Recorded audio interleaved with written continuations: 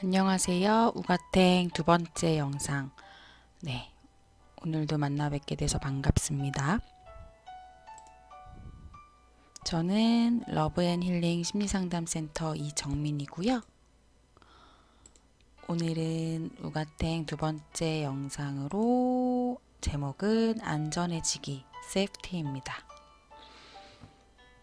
마음을 치유하는 거랑 행복해지는 거랑 안전해지는 게 어떻게 연관이 되는지 좀 의아해 하시는 분들도 계실 것 같아요. 일단 안전하면은 어떤 심리치유랑은 잘 연결해서 생각하기 어렵잖아요. 그렇지만 우리 마음이 행복하고 평온해지기 위해서는 일단 안전해지는 것이 매우 중요합니다. 어떻게 그게 안전과 마음치유가 연결되는지 그 얘기를 오늘 해보려고 합니다. 먼저 시작하기 전에 오늘의 한마디를 먼저 보고 시작하도록 할게요. 오늘의 한마디. 세상은 고난으로 가득하지만 동시에 고난의 극복도 가득하다. 헬렌 켈러의 이야기인데요. 맞아요. 세상은 정말 고난으로 가득한 것 같아요. 저만 생각해도 오늘 하루 감사하고 즐거운 일도 있었지만 스트레스 받고 답답하고 하기 싫은데 해야 하는 일들이 있었고 그런 작은 고난들도 포함해서 누군가를 잃거나 너무 큰 갈등에 휘말려 있다거나 이런 식으로 작거나 큰 고난들로 삶은 가득합니다. 중요한 것은 이 세상에 수많은 사람들이 이 고난을 극복하면서 하루하루를 살아가고 있다는 점인 것 같아요. 여러분들은 고난을 극복하고 계신가요? 고난이 가득하지만 고난의 극복도 가득하다는 것을 다시 한번 생각해 보시고 오늘 하루를 잘 마무리하실 수 있으면 좋겠고요. 네. 그러면 고난의 극복을 위해서는 어떻게 해야 되는지 같이 한번 살펴보시면 좋을 것 같아요. 네.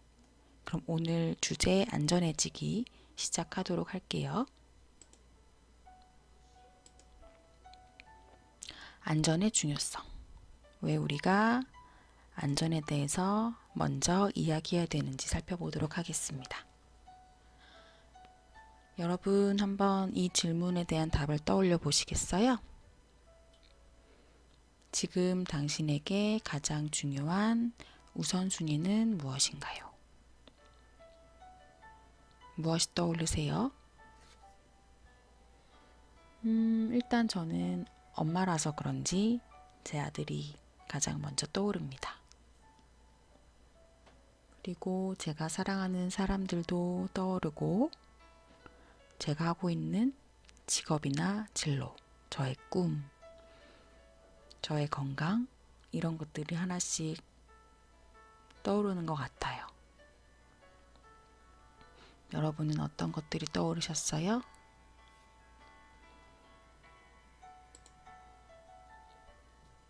오늘은 안전이라는 걸 기억하셨으면 좋겠어요. 다른 여러분들이 떠올리신 것들도 너무나 중요한 것들이지만 우리에게 우선순위는 나의 안전입니다. 내가 안전할 때 내가 지금 떠올린 중요한 것들을 지켜낼 수 있잖아요. 그래서 오늘 이 영상을 듣는 동안에는 나의 안전, 나의 심리적인 안전을 가장 최우선으로 생각하셨으면 좋겠고 앞으로도 이거를 기억을 하실 수 있으면 좋을 것 같아요. 그러면 안전해진다는 게 뭘까? 안전해지기. 당신은 안전이 필요합니다. 그 어떤 부정적인 생애 사건이 발생한다고 해도 안전하게 대처하는 것은 배울 수 있습니다. 이 얘기는 우리가 살다 보면 너무 큰 충격을 받는 사건도 일어날 수 있고 하나의 커다란 사건이 아니어도 자잘하게 계속 나를 고통스럽게 하는 사건을 겪을 수 있잖아요. 근데 그럴 때 트라우마를 겪으신 분들은 그런 사건으로 인해서 겪게 되는 그 감정적인 크기가 너무 크고 고통이 너무 견딜 수 없다고 생각해서 그 고통을 잊기 위해서, 잠시라도 벗어나기 위해서 위험한 행동을 하게 돼요. 그게 이제 물질 남용이랑도 연결이 되는 건데요. 뭐 술이나 담배, 마약, 어떤 위험한 성적인 행동, 그런 것들, 자해, 자살 시도, 이런 것들이 다 어떠한 그런 고통스러운 사건으로 인해서 하게 되는 고위험 행동과 물질남용, 고위험 행동과 물질남용인데요. 이것들은 문제가 이 고위험 행동과 물질남용을 하게 되면 위험한 사건을 더 겪게 될 확률이 높아져요. 그렇죠? 술에 취해서 어떤 위험한 장소에 갈 수도 있고 다른 사람하고 갈등이 걷잡을 수 없이 심각해질 수도 있잖아요. 그래서 안전해진다는 것은 내가 어떤 사건, 어떤 스트레스를 받아도 고위험 행동이나 물질 남용을 하신 게 아니라 안전하게 그날 하루를 넘길 수 있게 된다는 거예요. 그 하루하루가 쌓여서 한 달이 되고 1년이 되고 그런 기간이 길어질수록 내가 더 행복해지고 평온해진다고 생각하시면 될 것 같아요. 안전해진다는 건 이런 의미예요. 그러면 내가 안전해진다면 어떤 모습으로 변화가 될까요? 안전해진 상태에서는 트라우마 증상, 플래시백, 악몽, 부정적 감정 등이 관리가 됩니다. 이전에는 트라우마로 인한 증상들, 이런 것들이 관리가 안 되고 내가 조절할 수 없다고 느끼는 경우가 많았을 거예요. 악몽을 계속 꾸는데 너무 무서운데 어떻게 손 쓸 수가 없다던가 너무 우울하고 무기력하고 화가 너무 난다거나 이런 감정에 압도돼서 일상을 잘 하기 어렵다거나 플래시백은 실제 현재 그 사건이 일어나지 않는데 트라우마랑 관련된 그 장면이나 이런 것들이 내 그 시야라고 해야 되나요? 내 머릿속을 침투하는 걸 얘기합니다. 이런 것들이 갑자기 확 떠오를 때 감당하기 힘들잖아요. 근데 이제 그럴 때는 안전하다고 말할 수가 없는 거예요. 내가 내 상황을 안정적으로 유지할 수가 없기 때문에 그래서 안전해진 상태는 이런 것들이 관리가 되는 그런 상태를 얘기한다고 보시면 될 것 같고요. 그리고 물질 사용 없이 삶을 살아가기. 모든 사람이 어떠한 물질을 하면 안 된다는 건 아니에요. 술이나 이런 것들을 통해서 분위기가 더 좋아질 수도 있고 맛있는 음식과 와인 한 잔을 곁들이면서 음식의 맛을 더 좋게 느끼게 할 수도 있고 그렇잖아요. 근데 여기서 얘기하는 물질 사용은 그런 어떤 이유로 하는 물질 사용 말고 트라우마로 인한 고통을 잊게 하기 위한 그런 물질 사용을 이야기하는 거고 그런 물질 사용이 있어도 좋겠지만 그런 게 없어도 내가 삶을 잘 살아나갈 수 있는 그런 상태인가? 그리고 세 번째는 자신을 잘 돌보는 거. 여기에는 정기적으로 건강검진을 하는 것도 포함될 수 있고 잘 먹는 것도 포함될 수 있고 규칙적으로 잘 자는 거, 운동하는 거 이런 것들이 다 포함됩니다.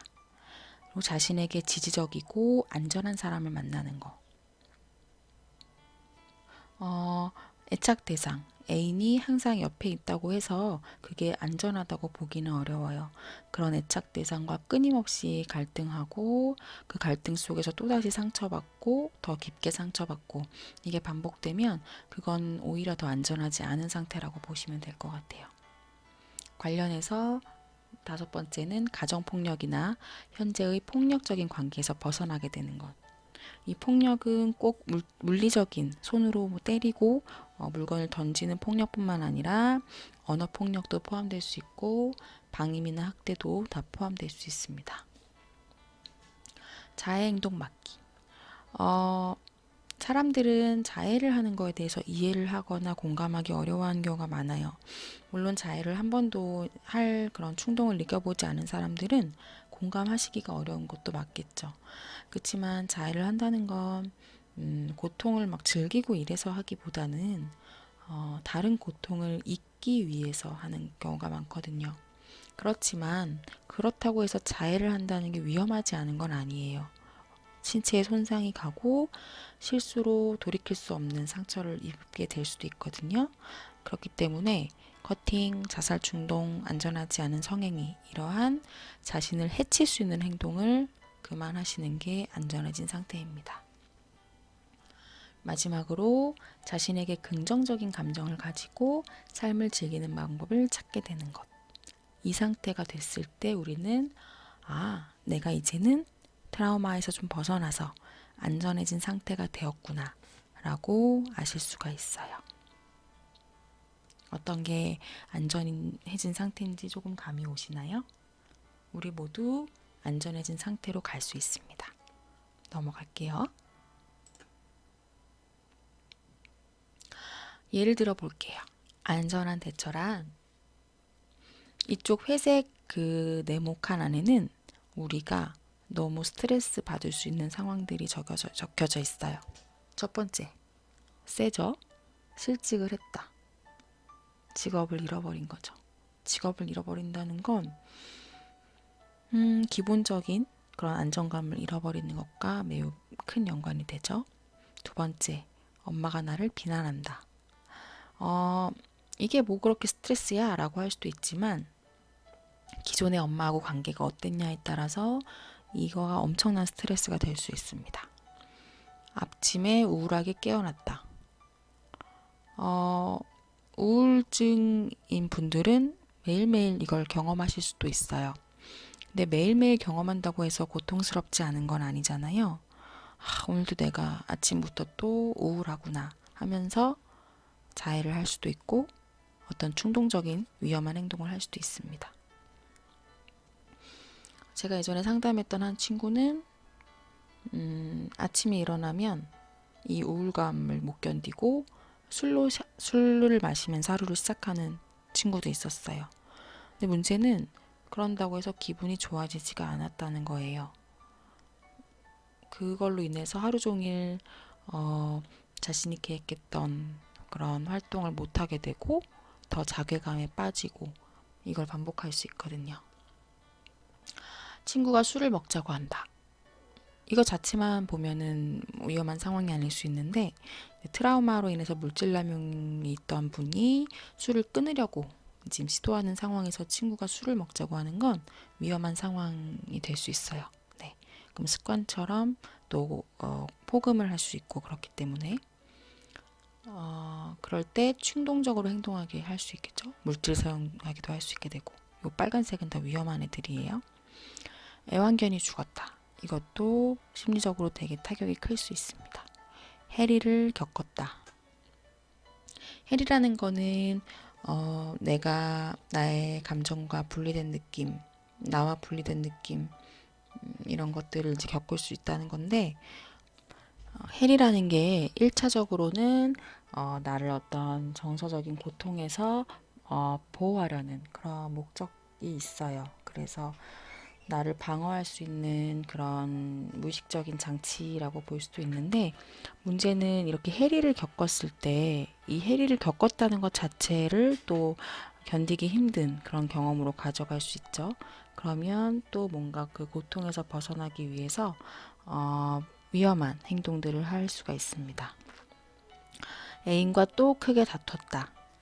애인이랑 크게 싸우면 뭐 먼저 하세요? 물론 친구한테 전화해서 하소연을 하는 경우도 있지만 술 드시는 분들도 많죠.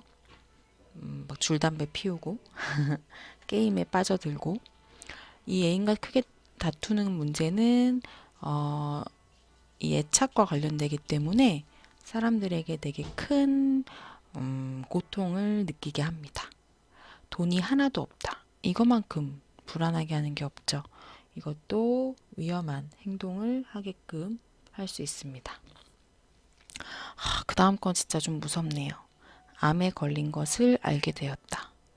이렇게 되면 일단 삶이 되게 무의미하게 느껴질 것 같고 무섭기도 하고 외롭기도 할 것 같아요.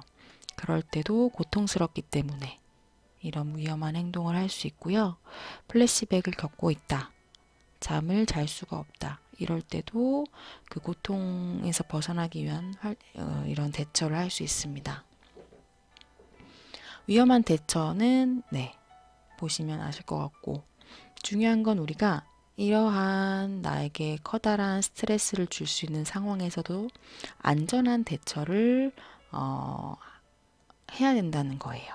그러니까 기존의 대처를 하지 않고 기존의 대처를 하려는 습관을 바꿔서 안전한 대처를 해야 앞으로 더 트라우마가 발생하는 걸 막을 수가 있습니다.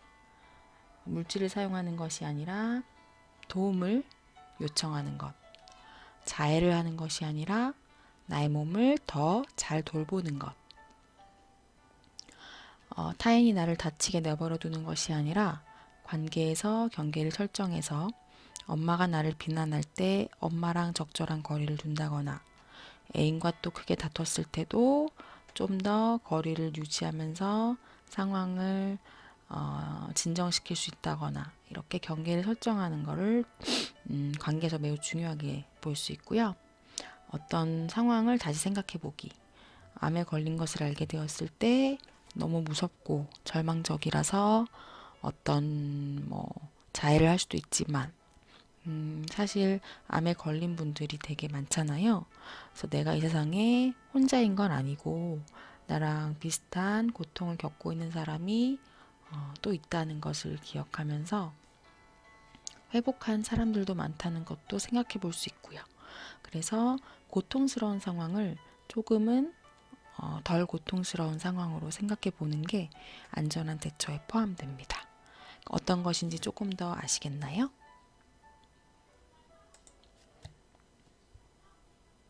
그래서 오늘 안전 얘기를 하는 건 트라우마, PTSD와 물질 남용의 치유 단계에서 안전이 제일 첫 번째 단계이기 때문이에요. 3단계로 이루어져 있고 첫 번째 단계가 안전, 두 번째가 애도, 세 번째가 일상으로의 복귀예요. 그래서 오늘은 이 안전에 대해서 이야기를 하는데 그 전에 이 1단계, 2단계, 3단계를 조금 설명을 드릴게요. 그러면 어떤 단계로 내가 치유를 통해서 나아가야 되는지 조금 더 힌트를 얻으실 수 있을 거예요. 안전은 1단계인데 크게 되나요? 크게 되네요. 당신이 현재 위치한 단계. 우리가 처음 시작할 때 위치하게 되는 단계입니다.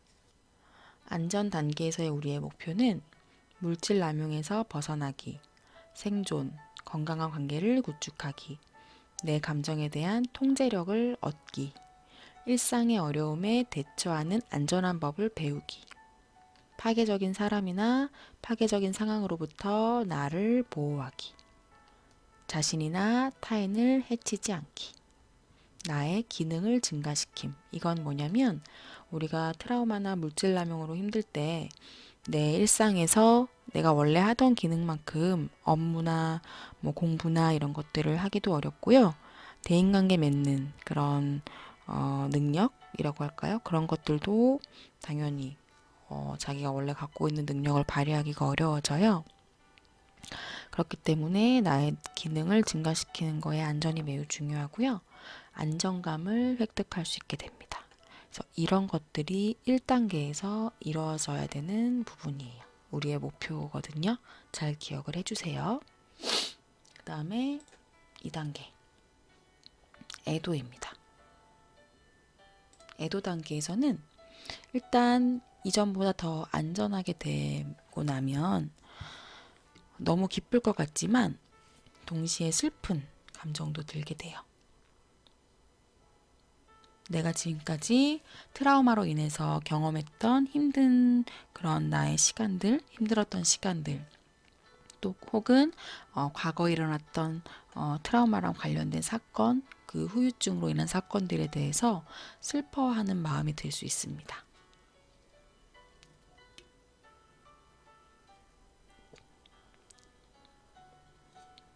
네, 물을 한 잔 마셨어요. 죄송해요. 어떤 고통이나 상실이냐면 트라우마를 겪게 되면 순수함을 잃어버리게 되는 경우들이 있어요.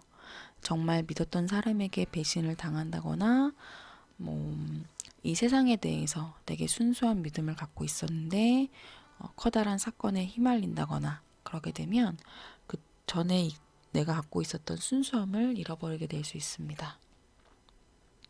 비슷한 얘기로 사람에 대한 신뢰나 세상에 대한 신뢰를 잃어버릴 수 있고요. 그리고 내가 트라우마를 겪고 난 이후 혹은 겪는 과정에서 내가 그 시간에 좀 더 행복하고 의미 있게 나의 시간을 보낼 수도 있었잖아요. 그 시간을 잃어버렸다는 것을 알아차리게 됩니다. 물론 누구나의 삶에서나 일어날 수 있는 그런 일이에요. 그렇지만 순수함, 신뢰, 시간의 상실은 우리에게 슬픈 마음을 가져다 줄 수 있어요. 그래서 이 애도 단계에서는 나에 대해서 연민감을 가지고 그동안 힘들었던 나를 함께 슬퍼해주고 토닥토닥 해주는 그런 시기라고 생각하시면 되고, 그때 애도 과정이 잘 이루어져야 과거를 딛고 더 나아갈 수가 있습니다. 상실을 극복하기 위한 통곡을 하는 시간이라고 기억하시면 될 것 같아요. 세 번째는 나와 있는 대로 일상으로의 복귀입니다. 더 안전해지고 그 안전해지기 이전의 삶에 대한 애도를 한 후에는 그 슬픔을 딛고 세상과 보다 행복한 방법으로 연결될 수 있습니다. 더 적극적인 자신을 발견하게 돼요. 열망이 생기고 삶을 즐기게 됩니다. 그리고 그동안 내가 기능하지 못했었던 부분이 있다면 일을 할 수 있게 되고 다른 사람과 잘 관계를 맺을 수 있게 됩니다. 이렇게 된 나의 모습을 한번 상상해 보시겠어요? 내가 지금보다 열정을 갖고 매일매일 삶을 조금씩 더 즐길 수 있게 되고 사람들과 더 깊고 따뜻하고 의미 있는 관계를 맺게 된다면 그런 나는 어떤 모습일까 한번 상상해 보시면 좋을 것 같아요.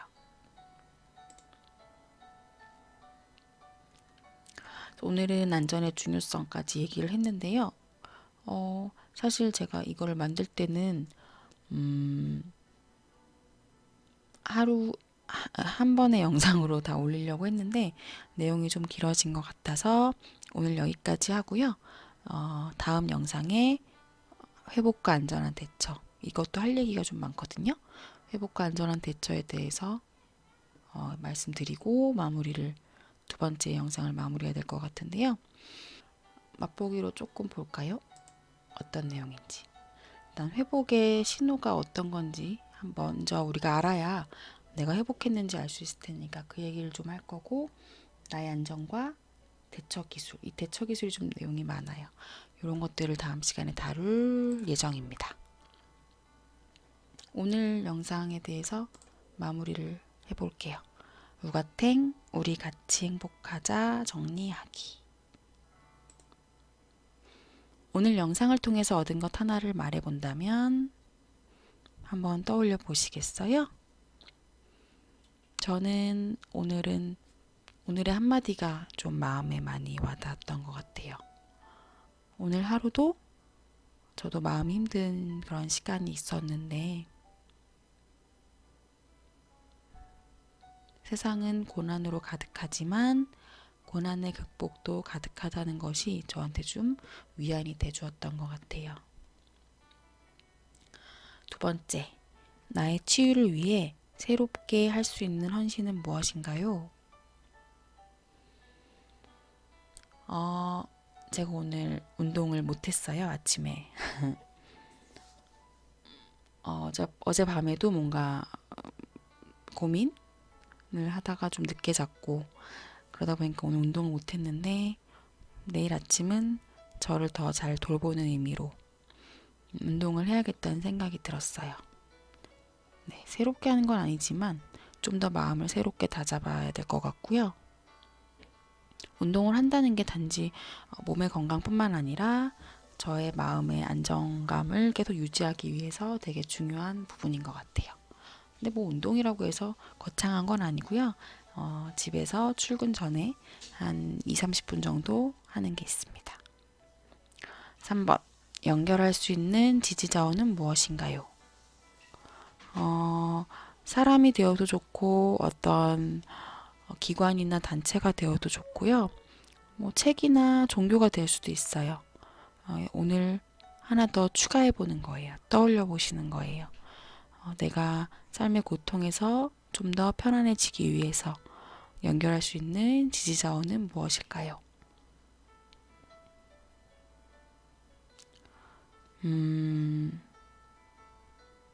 저는 제가 요새 이렇게 영상도 만들고 이런 것들을 시작을 하고 있는데 이런 것들을 사람들, 제 지인들과 더 공유를 하면 제가 요즘 느끼는 고민들이 많이 가벼워지지 않을까 갑자기 생각이 들었어요. 그런 것들을 한번 해봐야 되겠네요. 우가탱 정리하시면서 다음 영상을 보실 때까지 내가 좀 더 행복해지기 위해서 무엇을 더 하실 수 있을지 한번 같이 생각해 보시고 꼭 실천해 주세요. 네, 오늘도 영상 봐주셔서 감사하고요. 우가탱 우리 같이 행복해지자 기억해 주시고요. 우리가 모두 함께 행복해지는 그날을 위해서 좋아요, 구독을 부탁드립니다. 심리상담을 직접 받아보고 싶으시거나 어떤 치유 모임에 들어와서 치유 과정을 같이 하고 싶으시면 네, 여기 홈페이지 카카오톡 핸드폰 전화번호 이용을 해주시면 될 것 같아요. 참고 문헌은 안전기반 치료와 몸은 기억한다입니다. 오늘도 영상 봐주셔서 너무 감사하고요. 우리 같이 행복해졌으면 좋겠습니다. 감사합니다.